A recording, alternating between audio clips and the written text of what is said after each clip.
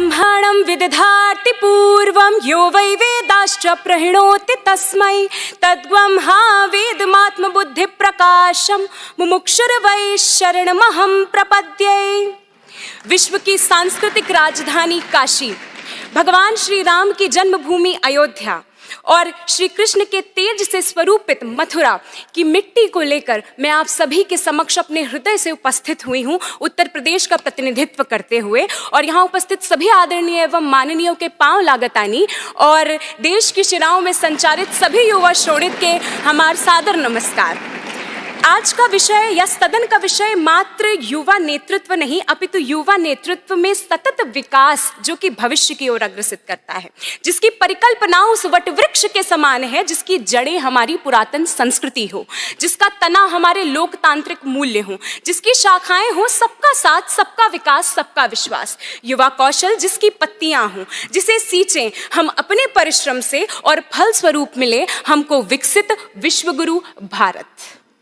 चूंकि युवाओं की कोई एक स्पष्ट परिभाषा नहीं, अपितु एक परिदृश्य अवश्य है। वो युवा जो संजीवनी पर्वत लाने में अदम्य साहस रखे, जो गोवर्धनधारी बनकर मर्यादा पुरुषोत्तम सी रक्षा करे, लक्ष्मीबाई का युद्ध, नंगेली का समर्पण, पद्मिनी का आत्मसम्मान, सीता का संयम, झलकारी के दायित्व के साथ आदि गुरु श्री शंकराचार्य, रामानुजाचार्य, माधवाचार्य, निम्बारकाचार्य, पंचम मूल जगत गुरु श्री कृपालु जी महाराज का ब्रह्म तत्व ज्ञान हो।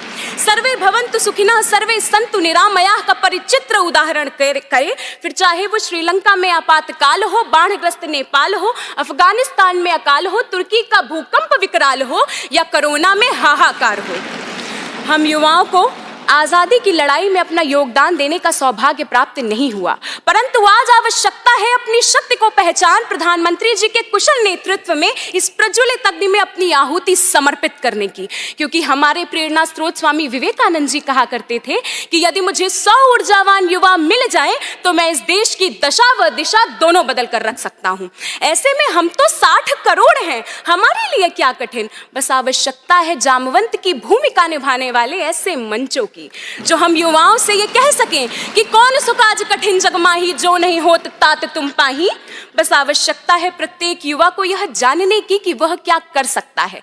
जिस भी युवा को अध्यात्म में रुचि हो वो धर्म का प्रचार करे, शास्त्रों से परिपक्व युवा सरोजिनी नायडू बनकर भारतीय संस्कृति को विदेशों में परिचित्रित करे, तकनीक जानने वाला युवा अब्दुल कलाम बने, IIT NIT से पढ़ने वाला छात्र नासा के लिए नहीं अपितु इसरो के लिए काम करे। हम क्रिकेट, हॉकी, फुटबॉल, कबड्डी खेलें तो भारत के लिए खेलें। यदि कोई हेमा दास दौड़कर नारी सशक्तिकरण का उदाहरण देती हुई स्वर्ण जीते तो वो भारत के लिए जीते। हमारे गांव का युवा आगे आए और देश हित में नीरज चोपड़ा की तरह भाला फेंके।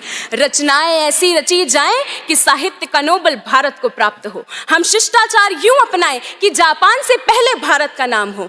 पर्यावरण संरक्षण के साथ अतिथि देवो भव की भावना को जागृत करने की आवश्यकता है।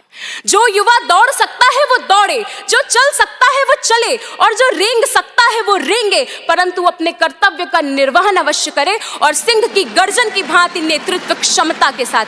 इसी के साथ मैं युवाओं का आह्वान करना चाहूंगी कि उठो जवान देश की वसुंधरा पुकारती, उठो जवान देश की वसुंधरा पुकारती, ये देश है पुकारता पुकारती मां भारती। धन्यवाद, जय हिंद।